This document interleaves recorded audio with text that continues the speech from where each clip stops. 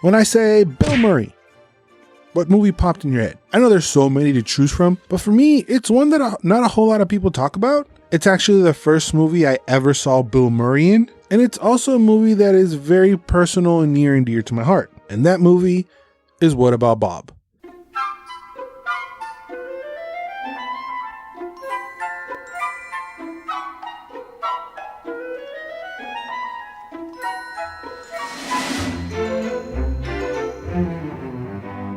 In What About Bob, Dr. Leo Marvin, played by Richard Dreyfuss, is an up-and-coming star in the world of psychotherapy.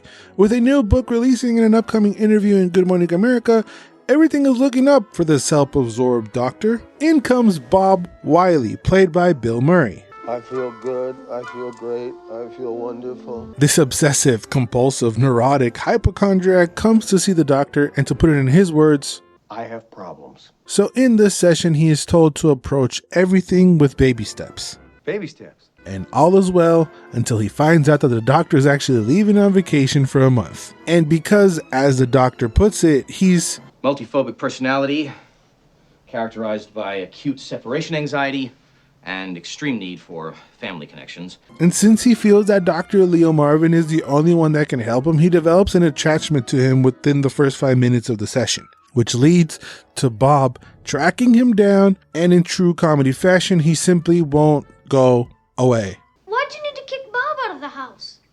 You think he's gone? He's not gone! That's the whole point! He's never gone! Is this some radical new therapy? You see?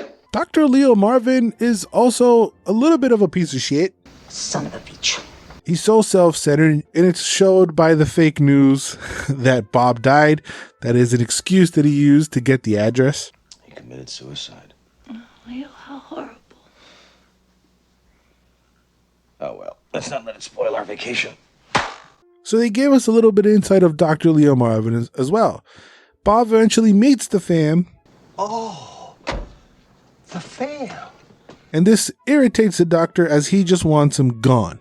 The doctor finds a way to get rid of him by telling him to go and take a vacation from his problems. Not a vacation from your work and not a vacation from your daily life, but a vacation from my problems. And with this, he finally thinks he's done it. He got rid of Bob. But little did he know that Bob took an actual vacation close by. And the more time he spends with them, the crazier Dr. Marvin gets. Cock-a-doodle-doo! And the more the family falls in love with Bob.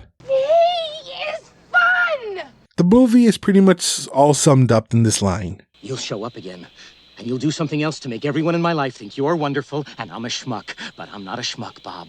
And I'm not going to let you breeze into town and take my family away from me just because you're crazy enough to be fun.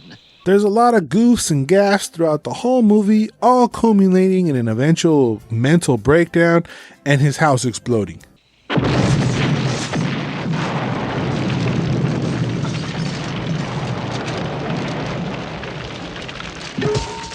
The movie definitely has that 90s feel to it, not only in the themes, but how the themes are exaggerated and exploded. Just move the lever all the way to the max. Like having the doctor just decide to blow up Bob instead of doing something reasonable like call the police. But even with it feeling really from the 90s, I still think that the movie can be watched at any era. It holds up, especially because of Bill Murray's performance. But even with how good Bill Murray is in this film, he actually wasn't the first choice. That was Robin Williams. But due to scheduling, he was forced to turn down the role. I could definitely see an alternate universe with Robin Williams as Bob. It would have been a different flavor of movie. He probably would have been a little bit too extra, a little bit too Robin Williams, if you will. I feel Murray brings way more subtlety to the role, but it definitely would have been interesting to see Robin Williams in this role. Also considered for the role were Tom Hanks, Eddie Murphy, Martin Short, Steve Guttenberg, Jeff Goldblum, Dudley Moore, Michael Keaton, Rick Moranis, Dan Aykroyd, John Travolta, and Randy Quaid. Again, I could definitely see different versions of the same movie with these actors. characters, especially when you take the considered Leo Marvins as well: Jack Nicholson, James Caan, Chevy Chase, Kevin Kline, Patrick Stewart, and Michael Keaton. I'm sure you can mix and match Bob's and Leo Marvins and find winning combinations. Like off the top, I think Eddie Murphy and Jack Nicholson would have been really cool, or Tom Hanks and James Caan. It's definitely something to think about. Of course, let me know what other combinations of Bob's and Leo Marvins you would have liked to see. Steve Martin was also considered for both roles as well, and at one point Woody Allen was considered to pull triple duty as star, director, and possibly co-writer of the film, but he wasn't able to secure such a deal and actually had to pass on the offer. So after Woody Allen fell out as director, it was offered for Gary Marshall, and he passed as well, so it eventually got to Frank Oz. And because his good friend and colleague Jim Henson had just died a few months prior to shooting, he felt like he had to make a comedy to try to help him cope in grief over the loss of his friend. And if you're wondering, no, there are no Muppets in this movie. Well, actually, Bob Wiley is a very sensitive person. Your father's sensitive. so with so much on-screen chemistry, you would think filming was a breeze from this movie.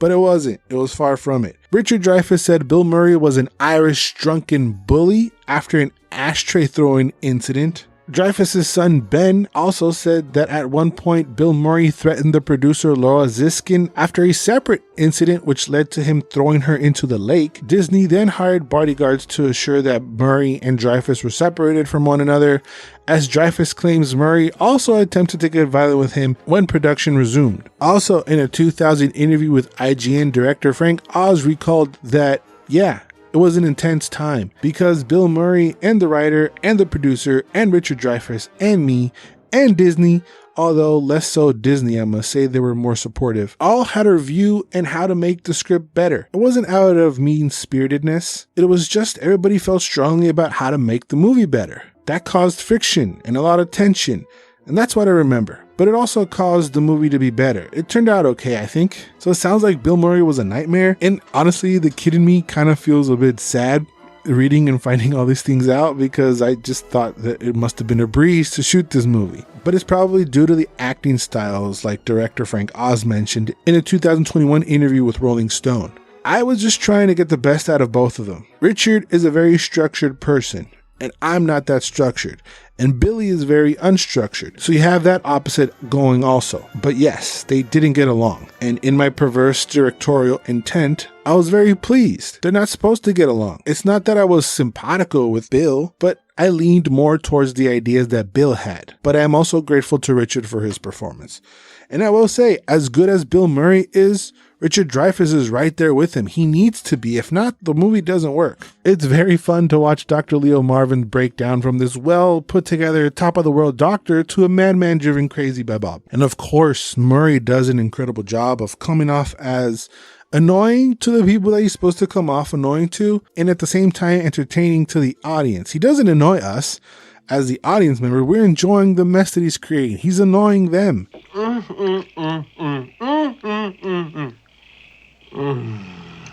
Just the ability he also has to come off so natural, like a person who is suffering, but also make it funny to the audience. Of course, this has to be due to the on-screen Murray riz. There's just something about him. But also, the movie does a great job of showing each of their perspectives. You can understand both sides. You can understand the people who love Bob and why they love Bob. You can also understand the people who hate Bob and why they hate Bob. The reason for it is probably the one and the same. Hello, I'm Bob. Would you knock me out, please?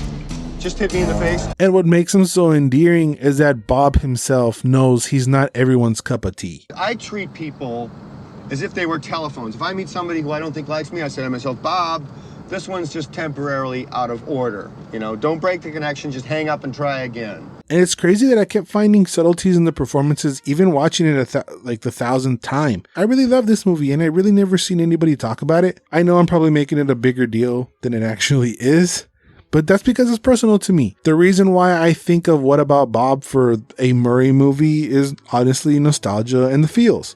When I saw this movie the first time, I was obviously too young to fully understand the mental illnesses Murray was portraying. And I would really just laugh at the funny parts, even though half the time I didn't understand why they were funny. But again, I have a personal attachment to this movie. It was a movie that we bonded with my grandma over. She loved it. and she's the one that introduced it to us. She wasn't a huge film nerd, so when we would stay over to her house, it's not like we had Ghostbusters Stripes or Groundhog's Day to sit down and watch. She had What About Bob? So we would pop it in and laugh at Bob's goldfish Gil. Good morning, Gil. I said good morning, Gil. We would laugh every time he gets off the bus and the people cheered. And every time without fail when the movie was over, we would repeat our favorite line. I'm sailing! I'm sailing! I'm sailing! That's really the reason why, to me, What About Bob is Bill Murray's best film. Of course, you can disagree with me on this one, but I don't really care.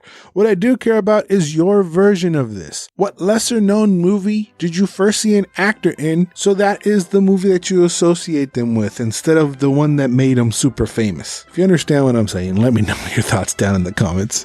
I really felt the need to make this video as part of my grieving process, so obviously thank you guys for indulging me. Again, thank you guys for watching, and remember to always and forever, you do you.